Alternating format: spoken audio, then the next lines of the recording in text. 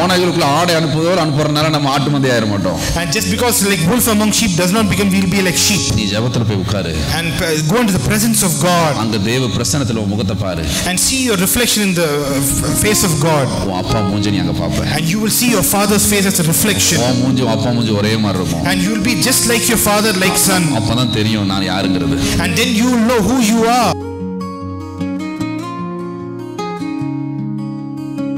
கர்த்தருடைய பரிசுத்த நாமத்திற்கு மகிமை உண்டாவதாக. Glory be to the name of the Lord. கர்த்தர் உங்களை ஆசீர்வதிப்பாராக. May the Lord bless you today.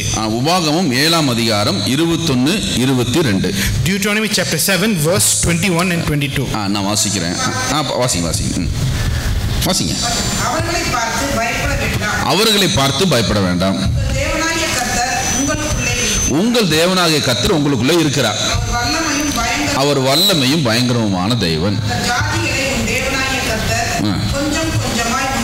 அந்த ஜாதிகளை உன் தேவனாகிய கர்த்தர் கொஞ்சம் கொஞ்சமாக உன்னை விட்டு துரத்துவார்.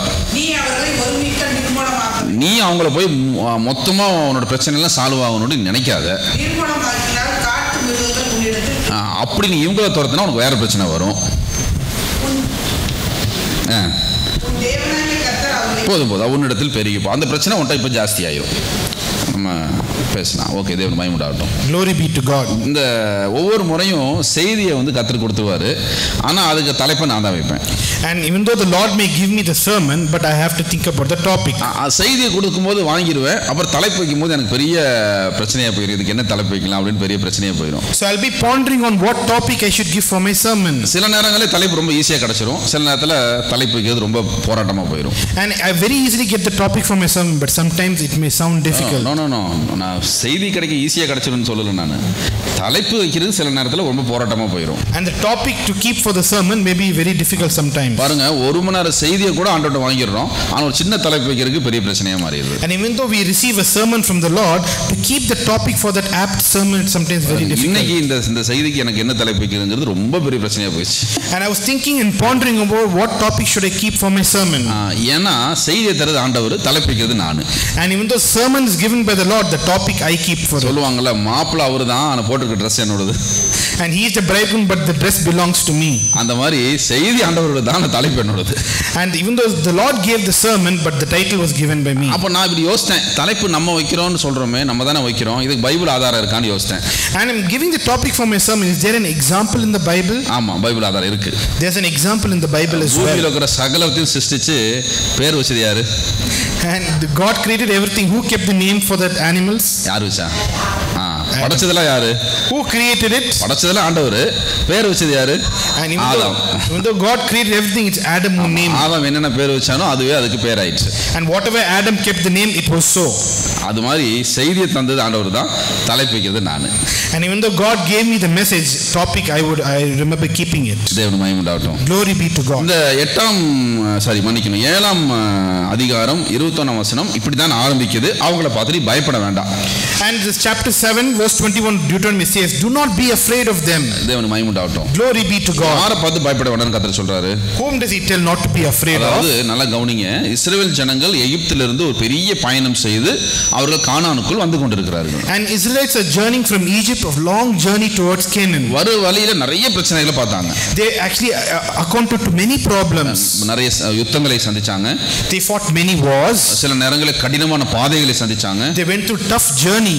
சில நேரங்களில் உணவு இல்லாமல் தண்ணீர் இல்லாமல் கூட அவர்கள் கடந்து வந்தாங்க. Sometimes they were even without food and water. அநேகர் மரித்து போனாங்க. And many people died. எத்தனையோ பிரச்சனைகளை தாண்டி இப்பொழுது அவர்களுடைய ஆசீர்வாதத்தினுடைய வாசலுக்கு வந்துட்டாங்க. And with many difficulties they traveled and they waiting at the doorstep of promise. இப்போ எல்லாம் தாண்டி வந்தாச்சு. கண்ணுக்கு முன்னாடி நம்மளுடைய ஆசீர்வாதம் இருக்கு. And in front of their own eyes their blessing is in front. அப்ப அது ஈஸியா கிடைச்சிருமா? It will be easy for them, right? கண்ணுக்கு முன்னாடி தான் இருக்குல. இப்போ அது ஈஸியா சொந்ததுக்கு முடியுமா? It is right in front of them. They can actually get that. இது இப்பதான் நீங்க சந்திக்க வேண்டிய மிகப்பெரிய யுத்தமே இருக்குது. And now there's the great battle in front of them. அத நீங்க முன்ன வசனம் எல்லாம் வாசித்தீங்கன்னா ஆண்டவர் சொல்றாரு, அங்க யாரெல்லாம் இருக்கறான்னு 7 ஜாதிகளை குறித்து பேசுகிறார். He speaks about 7 nations in front of them. அவங்க இவங்க ஒரு தேசத்தை அங்க கொண்டு போய் வைக்கிறதுக்கு அவங்க எத்தனை பேரை சந்திக்கணும்? 7 தேசங்களை சந்திக்கணுமா? And in order to be established in the nation, 7 nations they have to fight. 7 ஜாதியினர் குறித்து, எபூசியர், கானானியர் அப்படி சொல்லிட்டு 7 கோத்திரங்கள் அங்க யாரெல்லாம் இருக்கற அந்த 7 கோத்திரங்கள் இருப்பதை குறித்து அவர் பேசுகிறார். And Moses speaks about the 7 tribes being in that nation of Canaan. 7ஆம் அதிகாரம் 1ஆம் வசனம். Chapter 7 verse 1 of Deuteronomy. வாசிங்க.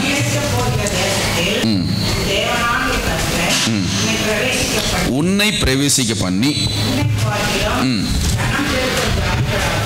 உன்னை பார்க்கிலும் ஜனம் பெருத்த ஜாதிகளாகிய ஏத்தியர், கிர்காசியர், எமோரியர், கானானியர், பெரிசியர், ஏவியர், எபூசியர் 7 பலத்த ஜாதிகள் அங்க யார் இருக்கிறா? 7 பலத்த ஜாதிகள் இருக்கிறாங்க. அப்படின்னா இது வரைக்கும் யுத்தம் பண்ணி வந்தாச்சு, இப்ப சுதரிக்க போற நேரத்திலையும் ஒரு பெரிய யுத்தம் காத்துட்டு இருக்கு. And even though they fought many mighty nations, but before entering Canaan there are 7 other nations they have to defeat. இவ்வளவு நேரம் யுத்தம் பண்ணியாச்சு, இனி போய் சுதரிச்சுக்கலாம் அப்படிங்கிற நேரத்துல ஆண்டவர் சொல்றாரு, எப்பா இனிமேல் தான்ப்பா உனக்கு மிகப்பெரிய டாஸ்கா இருக்கு அப்படின்ட்டு. And even though you're waiting in the front of your promised land, now you have a greater task to finish these nations. இந்த செய்தியை நான் ஏன் எடுத்தேன்னா சபை கட்டுவதை குறித்த மிகுந்த பாரம் எனக்குள்ள இருந்துட்டே இருந்துச்சு. And I took upon the sermon because actually in order to build the church a great burden was there. அநேக கடினமான பாதைகளை நான் கடந்து வந்ததுண்டு. And many difficulties paths have come across. கசப்பான நாட்களை நான் கடந்து வந்திருக்கிறேன். And even bitter days I have come across. நான் இப்ப இந்த நாட்களை நினைக்கிறேன் இதெல்லாம் தாண்டியாச்சு, இனிமேல் கர்த்தர் எனக்கு நல்ல ஒரு இளைப்பாறுதலையும் சந்தோஷத்தையும் சமாதானத்தையும் தருவார் அப்படினா என் மனசுல நினைச்சிட்டு இருக்கேன். So I thought in my heart, now I actually have peace and I will walk through this path very easily. அப்பதான் ஆண்டவர் சொன்னாரு, எப்பா நீ உனக்கு சபையை கொடுக்கிறேன், I'm giving you the church. உன்னோட யுத்தமே இனிமேல் தான். Now the battle begins. நீ என்னமோ யுத்தத்துல முடிச்சிட்டு ஓஞ்சிருக்கலாம் நினைச்சிட்டு இருக்கற. And you thought your battle is over and you're hiding. நீ என்னமோ இப்போ ரெஸ்ட் எடுக்கலாம்ங்கற காலத்துக்கு வந்துட்ட நீ. You thought you can take rest now. வாரே இனிமேல் தான்ப்பா. Now war is begin. நீ ஸ்டார்ட் பண்ணு இனிமேல். That actual war is begin now. அப்ப ஆண்டவர் சொன்ன வார்த்தை தான் அவங்கள பார்த்து நீ பயப்படாத. And the Lord now says, do not fear. அங்க உண்மைதான் 7 பலத்த ஜாதிகள் இருக்காங்க, ஆனா நீ அவர்களை பார்த்து நீ பயப்பட வேண்டாம். It's true 7 mighty nations are there in front of you, but you do not fear. நான் இந்த வார்த்தையை இன்றைக்கு சபைக்கும் கொடுக்கிறேன். I'm giving you the same word to the church. உங்களுடைய ஆசீர்வாதத்தின் நாட்களை சுதந்திரிக்கிற அந்த வாசல் வரும்பொழுது அந்த ஆசீர்வாதத்தை சுதந்திரிக்க கூடாதபடி சத்துருக்களின் கூட்டம் எதிர்த்து நிற்கத்தான் செய்யும். It's true the enemies will fight against you before you inherit your promises. சில நேரங்களிலே அது மனிதர்களா இருக்கலாம், சில நேரங்களிலே கண்ணுக்கு தெரியாத பிசாசுனுடைய கூட்டங்களா இருக்கலாம். So it can be even the men present in your life or even the enemies which you cannot see. சில நேரத்துல ரெண்டு பேரும் கூட வரலாம். And even both can come against you. ஆனால் தேவ பிள்ளைகள் ஒன்னு புரிந்து கொள்ளணும், என் ஆசீர்வாதத்தின் நாட்களை நான் சுதந்திரிப்பதற்கு நான் யுத்தத்தை செய்துதான் ஆகணும். And in order to inherit my promise I have to fight those battles. ஆனால் ஆண்டவர் ஒரு நல்ல வார்த்தையை மாத்திரம் கொடுக்கிறார். But God gives a wonderful promise after that. நீ அவங்கள பார்த்து பயப்பட வேண்டாம். You do not fear them. உண்மைதான், உன்னோட பலத்த ஜாதி தான். It's true they are mightier than you. நீ ஒருத்தன் அவங்க 7 பேரு. You're one against 7 of them. ஆனா நீ அவங்கள பார்த்து என்ன பண்ணாத. But you do not fear. ஒரு வாசல்ல வருவாங்க, எத்தனை வாசல்ல புறப்பட்டு போவாங்க? One way they will come. அந்த 7 வாசல் இதுதான். And the 7 ways actually this. நீங்க சொல்லு, நீங்க பாத்திருக்கீங்க அது என்ன ஒரு வாசல்ல வருவாங்க 7 வாசல்ல ஓடுவாங்கன்னு நினைச்சிருக்கீங்கல்ல? Have you ever thought about it? One way they'll come, 7 ways they'll flee. நான் கூட ஒரு sermonல இப்படியே எடுத்துக்கிறேன். And one sermon I have taken upon like this. 7 என்றால் பூரணம். And 7 means perfection. அப்போ பூரணமா உன்னோட ஓடிப்பாங்கன்னு எடுத்தேன். And I thought perfectly they'll be chased away from you. ஒரு வகையில உண்மைதான். It's true in one way. ஆனால் இங்க தான் எனக்கு அதோட சரியான அர்த்தம் புரியுது. And here I exactly understand. நீ ஒரு வாசல்ல தான் உனக்கு இருக்குது, ஒரு வாசல் நீ ஒருத்தன் தான். You have only one door. ஆனா உனக்கு சத்துருக்கள் 7 பெரிய ஜாதி. And they have 7 mighty nations. அவங்க ஓடுறதுக்கு 7 வாசல். And they have many ways to run. Hallelujah. Hallelujah. Hallelujah. தேவனுக்கு மகிமை உண்டாகட்டும். Glory be to God. நீ பயப்படாத. Do not fear. வசனம் சொல்லுது, நான் அவர்களுக்குள்ள குளவிகளை அனுப்புவேனா. I will send hornets in front of them. நீ என் சமூகத்துல உட்கார்ந்து ஜெபி, நான் குளவிகளை அனுப்புவேன் அந்த கூட்டத்துக்குள்ள. Actually you pray in my presence and wait, I will send hornets amongst them. குளவி என்ன பண்ணும்? What will hornets do? சொல்லுங்க பார்க்கலாம், குளவி என்ன பண்ணும்? நல்ல கொட்டும். It will actually poke and sting. சமீபத்துல நம்முடைய வனத்துறையினர் ஒரு செய்தியை வெளியிட்டிருந்தாங்க. And they gave actually a message in Manathurai. ஆமா, ஃபாரஸ்ட் டிபார்ட்மென்ட். Forest department. அவங்க வந்துட்டு அவங்க சார்பாக ஏதோ ஒரு அவங்க ஒரு செய்தி கொடுத்திருந்தாங்க. And the forest department actually had given a message. அது என்னதுன்னா ஒரு வகையான குளவிகள் இந்த விவசாய நிலங்கள்ல இருப்பது உண்டு. And some kind of these bees and hornets are actually swarming in this farmland. ரொம்ப சாதாரணமா தான் தெரியும். And it looks very ordinary. ஆனால் அந்த குளவி ஒருவேளை உங்களை யாரையாவது வந்து ஒரு குளவி கொட்டுச்சுன்னா அதுக்கப்புறம் அதோட கூட்டமே உங்களை கொட்ட ஆரம்பிக்கும். And if one bee stings you, actually the whole swarm will come against you. அநேகர் இந்த குளவி கொட்டதுனால மரிச்சு போயிருக்காங்க. And because of the sting of the bee, many have died. சமீபத்துல கூட ஒரு விவசாய நிலத்துல இருந்த ஒரு சின்ன பையன் இந்த குளவிகள் கொட்டி இறந்து போயிட்டான். And one small boy died because of the sting of the hornet. அதனால தான் அந்த செய்தியை இந்த குளவிகள் இருந்தா நீங்க அதை அசால்ட்டா நினைச்சிடாதீங்க. உடனே ஃபயர் சர்வீஸுக்கோ வனத்துறைக்கு என்ன செய்யுங்க, நீ கம்ப்ளைண்ட் பண்ணி அதை பாதுகாப்பா அங்க இருந்து எடுத்துட்டு போறதுக்கு நீங்க உடனே நடவடிக்கை எடுத்துருங்கன்னு இந்த செய்தி கொடுத்திருந்தாங்க. If you see this swarm of bees or this hornet, call the fire department immediately so they can take it away. சாதாரண குளவி தான். It's an ordinary hornet. ஆனா அது கொத்திச்சுனா உயிரே போயிடுது. But if it stings you, your life will go. உங்க சத்துருக்குள்ளாக கர்த்தர் குளவிகளை அனுப்புவாராம். And amongst your enemies God will send the swarm of bees. அப்படினா என்ன அர்த்தம்னா உங்க சத்துருக்களை உங்க சத்துருக்கள் உங்களை பின்தொடர்ந்து வராதபடிக்கு அவங்க இதயத்துல சமாதானத்தை எடுத்துருவாரு. And in order for the enemies not to come against you, God will remove the peace. குளவி கொட்டுவதை போல அவனுக்கு 1000 பிரச்சனை இருக்கும், அவன் உன்னை மறந்தே போயிடுவான். Like the sting of the bee, they'll forget you. இப்போ உங்க பக்கத்து வீட்டுக்காரன் ஒருத்தன் உங்களுக்கு ரொம்ப பெரிய பிரச்சனையா இருக்கறான்னு வைங்களேன். And your neighbor is causing you troubles. எப்ப மத்தல உங்களோட தொல்லை பண்ணிட்டே இருக்கறான். And he's causing you troubles every day. ஆனா அவன் லைஃப்ல நிறைய பிரச்சனை வருது, அவன் பிள்ளைங்க போராட்டா சொல்லிட்டு அவனுக்கு தூக்கமே இல்லனா உங்களை பார்ப்பானா அவன்? If he does not have sleep in his eyelids because of problems, will look at you. அவன் பிரச்சனை பார்க்கறதுக்கே அவன் டைம் இருக்காது, அவன் எப்படி உங்களை பார்ப்பான்? He has no time to solve his own problem. How will he look at you? ஆண்டவர் சொல்றாரு, ஒரு சத்துருக்குள்ளாக நான் குளவி அனுப்புவேன். And amongst your enemies I will send swarm of bees. அப்படினா அவனை சுற்றி இருக்கிற ஜனங்கள் குளவி மாதிரி அவனை கொட்ட ஆரம்பிப்பாங்க. And they will begin to sting them, those other people. அதையும் செய்ய முடியும், லிட்டரலா குளவியும் ஆண்டவர் அனுப்ப முடியும். And even literally God can send. நீ பயப்படாத. But you do not fear. நீ வந்து என்ன பண்ணு, உனக்கு சுதந்திரிக்க கொடுக்கிற தேசத்தை நோக்கி நீ போயிட்டே இரு. And you continue and journey towards your promised land. அப்படி சொல்லிட்டு தான் ஒரு அற்புதமான வார்த்தையை சொல்றார். அதுதான் இன்னைக்கு செர்மனோட ஹைலைட். அதுதான். And after saying all this, he gives another word. This is the highlight of the sermon. நான் உன் சத்துருக்களை கொஞ்சமா துரத்துவேன். But slowly I will chase away your enemies. இந்த ஆண்டவர் என்னப்பா பிரச்சனை, இத்தனை நாள் கழிச்சு வந்தா மொத்தமா அந்த சத்துருக்களை காலி பண்றதுக்கு முடியாம அவங்களை கொஞ்சமா துரத்திட்டு இருப்பாராம். And what is his Lord doing? Instead of extinguish them all together, slowly he is chasing them away. ஒருவேளை ஆண்டவரால அவ்வளவு பெரிய கூட்டத்தை டக்குன்னு துரத்திட முடியாதோ? And immediately why can't God chase them away? இல்ல, ஆண்டவர் நினைச்சா இம்மைப்பொழுதுல ஒரு போராட்டங்களை மாத்த முடியும். And within a blink of an eye he can chase away all your problems. சொல்றாரு, நான் அவங்களை கொஞ்சமா அந்த கூட்டத்தை வெளியே துரத்தி விடுவேன். But slowly I will drive them away. எதனால அப்படி கொஞ்சமா துரத்துவேனா? Why is slowly driving them away? வசனம் சொல்லுது, நீ அந்த கூட்டத்தை முழுசும் துரத்திட்டீனா உனக்கு காட்டு மிருகங்கள் உன்னோட ஊருக்குள்ள என்ன பண்ண ஆரம்பிச்சிரும், வர ஆரம்பிச்சு அது ஒரு பெரிய பிரச்சனையா மாறிடும். And if you chase them away altogether, the wild beast will increase and you can't tolerate that. அதாவது நீங்க ஒரு ஆபீஸ்ல வேலை செய்றீங்க. If you're working in an office, உங்க மேனேஜர் உங்களுக்கு பெரிய பிரச்சனையா இருக்காரு. And your manager is causing a lot of trouble. நீங்க நினைக்கிறீங்க, ஐயோ இந்த ஆளு வேற ட்ரான்ஸ்ஃபர் ஆகி போனா நான் நிம்மதியா இருப்பேன் அப்படி நினைக்கிறீங்க. If this man is transferred, I'll be very happy. இல்லனா உங்களுடைய அப்பாவோ அம்மாவோ இல்ல உங்க சொந்தக்காரங்களோ யாரோ ஒருத்தர் உங்களை வந்துட்டு ரொம்ப தொல்லை பண்றாங்க. And all your family members, their relatives, they are torturing you. நீங்க நினைக்கிறீங்க இந்த ஒரு பிரச்சனை மட்டும் மாறிடுச்சுனா நான் நிம்மதியா இருப்பேன், இந்த ஒரு பிரச்சனை எனக்கு தாங்கவே முடியல நினைக்கிறீங்க. If this problem goes away, I'll be very happy and peaceful. ஆனா உண்மை என்னன்னா அந்த பிரச்சனையை கர்த்தர் அனுமதிச்சிருந்தாருன்னா நீங்க நினைச்சுக்கங்க அந்த மனுஷனுக்காக ஸ்தோத்திரம் சொல்லிருங்க. And you thank the Lord for that person.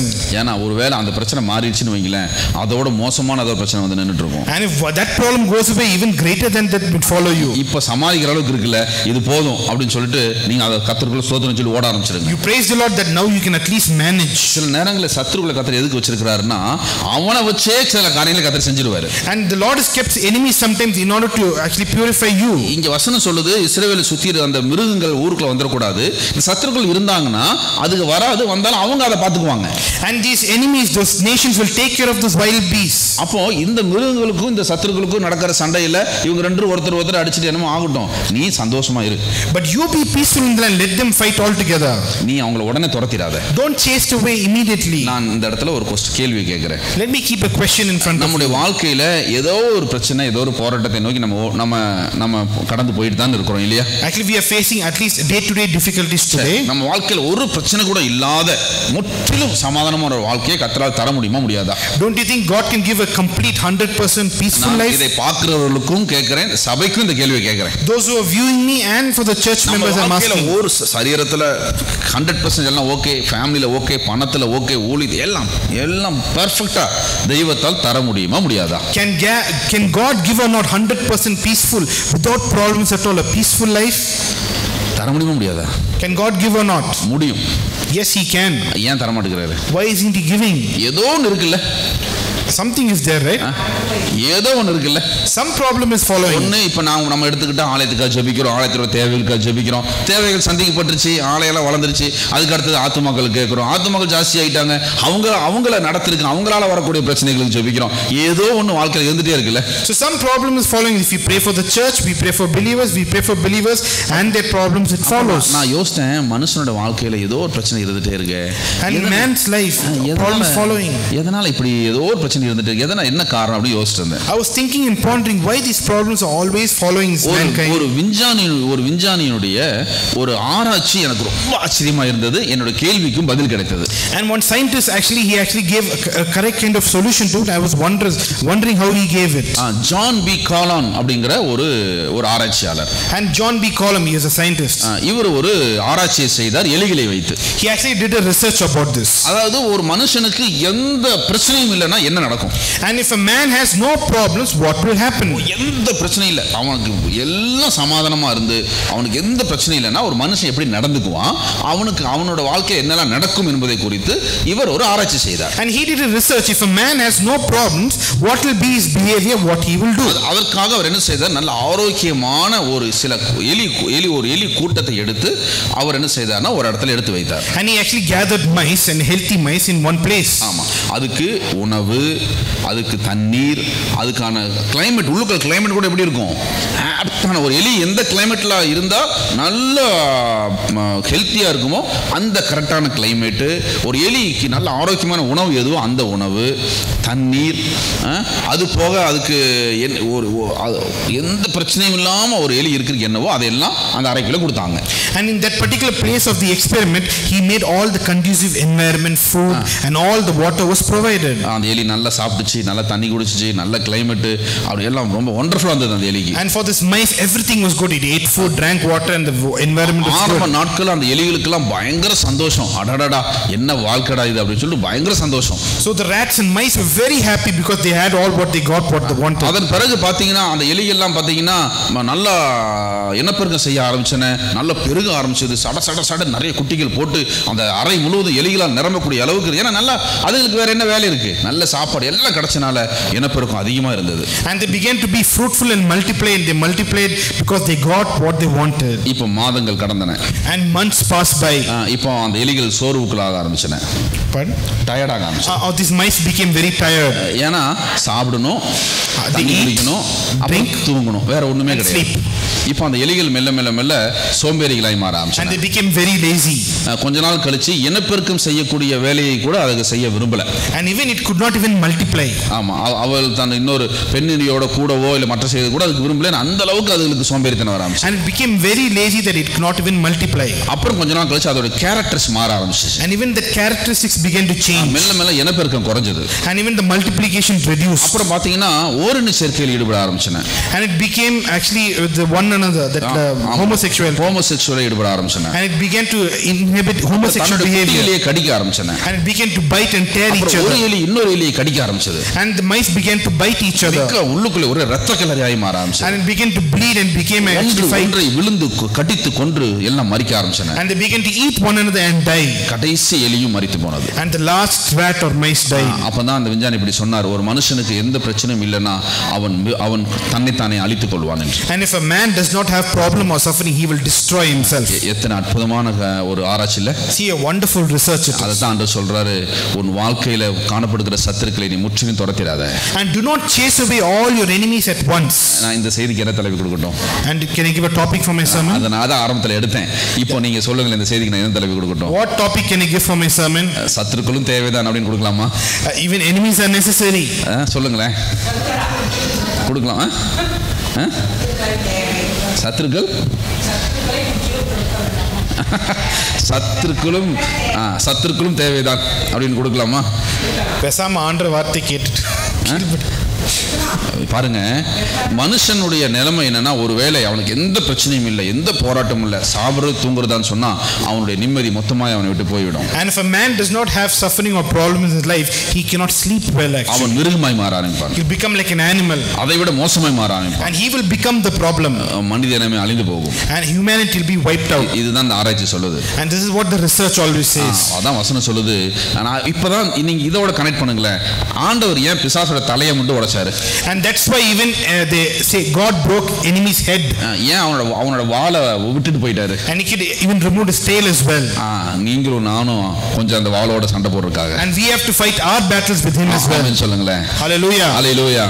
Amen. அந்த வாளும் இல்லனா நமக்கு சமாதானம் போயிடும். And even if the tail is not, that we lose our peace. நமக்குள்ள சண்டை போட ஆரம்பிச்சிருவோம். And we'll become the problem and fight against each other. சண்டை போடுற ஆள் வேணும். We need someone to fight with. நம்ம குணமே சண்டை போடுற குணம் தானே. And our nature itself is actually fighting with one another. சிங்கக்குட்டியோட குணம்ங்கிறது அது ஒரு நேச்சரே யுத்தம் பண்றது தானே. And even the lion cub actually wants to fight. அதனால தான் ஆண்டவர் பார்த்தாரு, பிசாசை கொஞ்சம் உயிரோட வச்சிட்டு எப்ப என் பிள்ளைகளோட கொஞ்ச நாளைக்கு சண்டை போட்டுட்டு விட்டுட்டு போயிட்டாரு. And that's why God has kept some parts of the enemy to fight against with. அவனுக்கு அது தெரியல. And that enemy does not know that. நம்ம டைம் பாஸ்க்கு விட்டுட்டு போயிக்கிறாரு. And for our time pass he has kept that. வெங்கல வில்லும் வளையும்படி என்ன யுத்தத்துல பலக்கறதுக்காக விட்டுட்டு போயிக்கிறாரு. He actually made our hands like to bronze to bend the bronze. நான் ஒரு கதை ஒன்னு படிச்சேன். I actually read a story. ஒரு சிங்கக்குட்டி ஒரு ஆட்டு கூட்டத்தோட கலந்துருச்சு. And one actually lion cub mixed with the calf. சின்னதுல இருந்தே ஆடோடயே வளருது. And slowly began to grow with that small calf. ஆடாவே நினைச்சுக்கிச்சு. And it thought it was a calf by itself. மேய்ப்பன் வந்து அந்த குச்சி வச்சு அடிச்சா இதுவும் ஓடும் இதுவும் வரும், கொஞ்சம் கொஞ்சம் புல்ல அப்படியே சாப்பிட்டு அப்படியே புல்ல சாப்பிடும் பழகிருச்சு. So it began to behave like a goat itself. அதுக்கு ஒண்ணு தான் புரியல. I did not understand one thing. ஆமா, மேன் கத்த முடியல. I was not able to graze actually like sound. Try பண்ணி பாக்குது, இதெல்லாம் நல்லா கத்துது, என்னால முடியும் கத்த முடியல அப்படின்னு. Why I can graze but it cannot? I mean I cannot but it can. ஒரு நாள் இதோட தாய் சிங்கம் அதை பார்த்துருச்சு. And one mother lioness actually saw that. தாய் சிங்கம் அதை பார்த்து இந்த குட்டியை பார்த்தோன்னா ஓடி வருது, ஆட்டுக்குட்டெல்லாம் ஓடுது, இதுவும் பயந்து ஓடுது. And this also began to run just like those goats. ஒண்ணா அந்த சிங்கம் போய் பிடிச்சிருச்சு. And this mother lioness caught it. எப்பா நீ சிங்கம், you are a lion, நீ ஆடு கிடையாது. you are not a goat. உன்னை பார்த்து அவங்க ஓடணும், நீ அதை பார்த்து ஓடக்கூடாது. You don't run away from it, they should run away from you. நீ என் கூட வா போயிடலாம். Come let's go. அது சொல்லிச்சு, ஐயோ நான் வர மாட்டேன். But it told I will not come. நான் மந்தை பட்டிக்கு போகணும். I should go to that shed.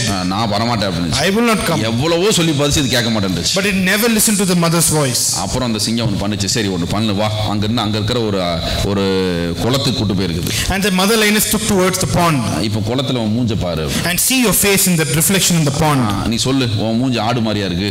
Is it like that goat or sheep? இல்ல. No. எப்படி இருக்கிற? How is it like? நான் உன்ன மாதிரி இருக்கிறேன். I look like you. அப்ப நீ யாரு? Then who are you? நீ சிங்கக்குட்டி. You are a lion. நம்மளும் நம்ம நினைச்சிருக்கிறோம் ஓநாய்களுக்குள்ள ஆடை அனுப்புறதுனால நம்ம ஆட்டு மந்தை ஆயிர மாட்டோம். And just because like wolf among sheep does not become we'll be like sheep. நீ ஜெபத்துல போய் உட்காரு. And go into the presence of God. அங்க தேவ பிரசன்னத்துல உன் முகத்தை பாரு. And see your reflection in the face of God. உன் அப்பா மூஞ்சி நீ அங்க பாப்ப. And you will see your father's face as a reflection. உன் மூஞ்சி அப்பா மூஞ்சி ஒரே மாதிரி இருக்கும். And you will be just like your father, like son. அப்பதான் தெரியும் நான் யாருங்கிறது. And then you will know who you are. அப்ப சத்துருக்கள் உனக்கு இருக்காங்கன்னு சொன்னா அந்த சத்துருக்களை பார்த்து நீ பயப்படாத. Actually do not be given into fear for your enemies. அந்த சத்துருக்கள் இல்லன்னா உனக்கு உயர்வு இருக்காதுங்கிறதுக்காக சத்துருக்களை கர்த்தர் அனுமதித்திருக்கிறார். So God has allowed enemies in your life so you can have a uplifting. மனிதர்கள் இருக்காங்கன்னா அவங்கள பார்த்து நீ கோபப்படாத. And don't be given into anger because of certain people. அவங்க குத்துறனால நீ தரிசனத்துக்கு நேரா போயிட்டு இருக்கற. Because they are pricking and poking you, you are going towards the promised land. நான் சொன்ன செர்மன்ல ஒரு செய்தி தான் நான் மறுபடியும் சொல்லுகிறேன், அது பிரயோஜனமா இருக்கும். Let me repeat this one thing what I mentioned in my other sermon. இயேசு கிறிஸ்துவினுடைய சிலுவை மரணத்துல அவர் முழு இரத்தத்தையும் பூமியில சிந்த வேண்டும் என்பதுதான் பிரமாணம். அதுதான் தீர்க்கதரிசனம். And he actually shed his complete blood for the humanity. ஆனால் இயேசு கிறிஸ்துவினுடைய மரணத்துல அவரோட இரத்தம் கொஞ்சம் உடம்புல தங்கிருச்சு. But there was some blood remaining in Lord's life. அப்போ கடைசியா ஒரு சேவகன் வந்து இயேசு கிறிஸ்துவின் விலாவல ஒரு குத்துறான். And he actually poked a spear into his side. இப்போ மிச்ச இரத்தமும் வெளிய வந்து தண்ணீரும் வெளிய வந்துருச்சு. And remaining blood and even water gushed out. நான் உங்ககிட்ட ஒரு கேள்வி கேட்கணும். Let me ask you a question. அந்த போர் சேவகன் இயேசுவுக்கு நன்மை செய்தானா தீமை செய்தானா? That actually soldier, did he do good or evil? சொல்லுங்களேன். அந்த இயேசு கிறிஸ்துவினுடைய ஊழியம் நிறைவேற்றியது யாரு? மரியாளா? And this ministry who fulfilled? Mary? சீஷர்களா? The disciples? அந்த குத்தினானே அந்த சோல்ஜர் தான். And those the soldier who poked him actually fulfilled the ministry of our Lord. உங்க கூட ஜெபிக்கிறவங்க, உங்க கூட இருக்கிறவங்க உங்க தரிசனத்தை நிறைவேற்ற மாட்டாங்க. Sometimes those who pray for you and with you won't fulfill your ministry. உங்களை குத்துறவங்க தான் நிறைவேற்றுவாங்க. Those who poke you actually will fulfill. Hallelujah. Hallelujah. Hallelujah. Hallelujah. அதனால அவங்க குத்துறாங்கன்னு கவலைப்படாதீங்க. When they are poking you, don't worry. கர்த்தர் உங்கள் கரங்களை யுத்தத்துக்கு பழக்கிறதுக்காக சிலரை அப்படி அனுமதித்திருக்கிறார். God is training your hands for war. நீங்க ஒரு நாள் அவங்களுக்கு நன்றி என்று சொல்லுங்க. And one day you will thank them. நன்றிப்பா நன்றி. You will thank your enemies as well. ஜெபிச்சவங்களுக்கு கூட நீங்க சொல்ல வேண்டாம். And you should never not even say thank you. அவன் ஜெபிச்சவங்களும் கூட பரவாயில்லன்னு போயிருங்க, தப்பு கிடையாது. And for those who prayed for you, you don't have to thank them. அவங்க குத்துனவங்களுக்கு கட்டாயம் நன்றி சொல்லுங்க. And actually you should effectively say thank you to your enemies. நான் 100% அடிச்சு சொல்றேன், நீங்க ஒரு நாள் திரும்பி பாருங்க, உங்களை குத்துனவங்க தான் உங்க உயர்வுக்கு காரணமாகவே இருப்பாங்க. And one day you will turn back. Those who poked you will be the ones who lifted you. அவங்க குத்தலனா நீங்க வந்திருக்கவே மாட்டீங்க. And if they did not prick you or pierce you, you wouldn't have come. அப்படினா உங்க சத்துக்களை கர்த்தர் எதுக்கு வச்சிருக்காரு? Now why God has kept your enemies? ஒன்று உங்களுடைய மேன்மைக்காய் வைத்திருக்கிறார். For your benefit God has kept them. அவர்கள் மூலமாய் உங்களை உயர்த்துவார். And through them, with them God will use you. உங்கள் கரங்களை யுத்தத்துக்கு பழக்குவார். And he will train your hands for battle and war. சிங்கக்குட்டி என்று உங்களுக்கு காண்பிப்பார். And he will show you you are the lion. அப்போ பிசாசு இந்த பூமியில ஆண்டவர் விட்டுருக்காருன்னா ஏதோ அவன் வேணா எப்படி வேணா நினைச்சுக்கிட்டோம், அவனுக்கு 1000 ஆனா உண்மை என்ன காரணம்னா நம்ம கரத்துல பலத்தை தருவதற்காக வச்சிருக்கிறார். And for strengthening us, God has kept the enemy and his power little bit here. வசனம் சொல்லுது பகைவருக்கு எதிரே ஒரு பந்தியை ஏற்படுத்துவேன். And God will prepare a table in front of your enemies. வசனம் சொல்லுது அவர்களை கொஞ்சம் கொஞ்சமாய் உன்னை விட்டு நான் துரத்திடுவேன். And slowly I will drive them away. இஸ்ரவேலுடைய காலத்துல சாலமோனுடைய காலத்தில் தான் எந்த பிரச்சனையும் கிடையாது. And in the time of Solomon there was no problem at all. அவனவன் தன் அத்திமரத்தின் நிழலிலே சுகமாய் தங்கியிருந்தார்கள் வசனம் சொல்லுது. And the word of God says he was actually resting in his fig tree. Solomon மாத்திரம் சந்தோஷமா இல்ல, ஜனங்களும் பயங்கர சந்தோஷமா இருந்தாங்க. Not only Solomon, everybody was happy. என்ன நடந்துச்சு தெரியுமா? You know what happened? அவங்க இஸ்ரவேல் தேசத்துல மிக அருவருப்பான காரியம் அதுக்கப்புறம் நடக்க ஆரம்பிச்சது. And great abominations they committed after that. விக்கிரகாராதனை செஞ்சாங்க, idolatry, விபச்சாரம் செய்தாங்க, actually debaucherousness, பலி கொடுத்தாங்க, and they gave actually sacrifice, நரபலி கொடுத்தாங்க, they gave child sacrifice. அதன் பிறகு அவர்கள் தேவனை விட்டு முற்றிலும் மறந்து வேறு பக்கமாய் போனாங்க. And they left God and went away, far away. அப்படினா சத்துருக்களும் தேவைதான். Sometimes even enemies are necessary. நாம இப்படி ஜெபிக்கலாம், என் சத்துருக்களுக்கு மேலா என் கரங்கள் எப்பொழுது உயர்ந்திருக்கட்டும். Lord, let my hands be lifted above my enemies. அப்படி ஜெபிக்கலாமா? Shall we pray like that? என் கரம் எப்பொழுது சத்துருக்களுக்கு மேலா உயர்ந்திருக்கட்டும். Let my hands be lifted above my enemies. நான் ஒரே ஒரு செய்தியை சொல்லி ஒரே ஒரு வார்த்தையை சொல்லி முடிக்கிறேன். Let me complete with one word. நான் 20 நிமிஷத்துக்கு முன்னாடியே முடிக்கணும்னு நினைச்சேன். ஒவ்வொண்ணா ஆண்டவர் தந்துட்டே இருக்காரு, அதுவும் போயிட்டே இருக்குது. And slowly God is giving me point by point. இந்த உலகத்திலேயே மிகவும் டெக்னாலஜில பெஸ்ட் ஆக்குற நாடு எது? Do you know which nation is actually advanced in technology? Israel. Israel. அப்படிதானே? இஸ்ரேல் தான் இந்த உலகத்திலே டெக்னாலஜில high equipped country. And they are actually highly advanced in technology. வெப்பன்ஸ்ல பயங்கர equipped country Israel. And they have very highly equipped weapons. அவர்கள் படிப்பில பெரிய வசதியில எல்லாவற்றிலும் அவர்கள் உச்சதமான இடத்துல இருக்காங்க. And in all the ways they have come up rising in life. எதனால? Do you know why? அது நேதன்யாகு ஒரு முறை இப்படியே சொன்னார். And that's why Netanyahu actually said once, எங்களை சுற்றிலும் சத்துருக்கள் இருப்பதினால் நாங்கள் எப்பொழுதும் விழித்துக் கொண்டே இருக்கிறோம். And we are actually awake because surrounded by all enemies. எங்களை நாங்கள் தூங்கினா அவன் அடிச்சிடுவான். And if we sleep they will beat us. அதனால எங்கள் தேசம் விழித்துக் கொண்டே இருக்கிறது. And our nation is always awake. நீ சத்துருக்கள் இல்லனா தூங்க போய்டுவே. And without enemies I will go to sleep. அப்போ நம்மளை விழித்திருக்கும்படி கர்த்தர் செய்திருக்கிறார். And because of that God has kept us awake. Hallelujah. Hallelujah. Hallelujah. Hallelujah.